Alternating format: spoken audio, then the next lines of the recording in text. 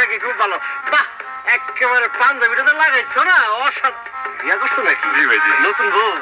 ভালো ভালো ভালো। এই বেটা, তুই না খারাপ হয়েছিস? হ্যাঁ, একদম।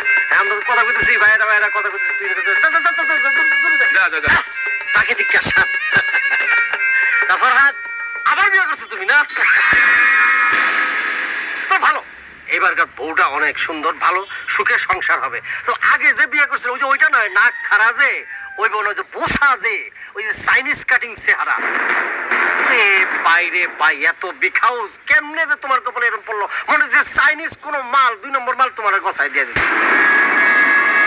কি করতেছেন? আরে বাবা, ওটা কোনো ব্যাপার না রে ভাই, পুরুষ মানুষ বিয়ে করতেই পারে, ওটা কোনো ফ্যাক্টর নাকি? তবে হ্যাঁ, এইবারকার বউটা খুবই সুন্দর।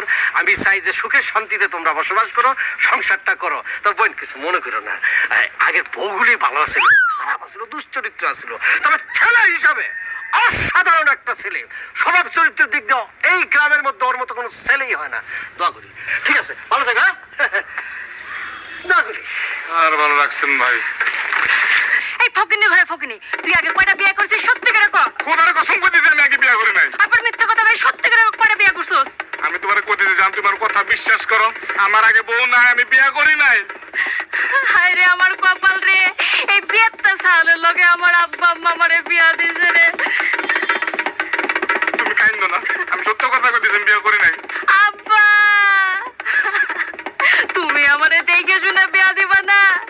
তোমার জামাইয়ের ঘরে আগে বউ ছিল, একটা না দুইটা না, মনে হয় ডর্জন খানে, কোনো হিসাব নাই। আব্বা, তুমি রাখো তো ফোনটা, রাখো, আমি তোমার লগে পরে কথা কমু। আগে ফকিনের বাচ্চা ফকিনের দেখে নি। এই ফকিনের বাচ্চা ফকিনি, তুই সত্যি করে ক, কয়টা বিয়া করছস? জান, খোদার কসম আমি আগে আর বিয়া করি নাই। আমি একটা বিয়া করছি, যে তোমারই করছি। তুই মিথ্যা কথা কইতাছস কিন্তু, তুই সত্যি করে ক।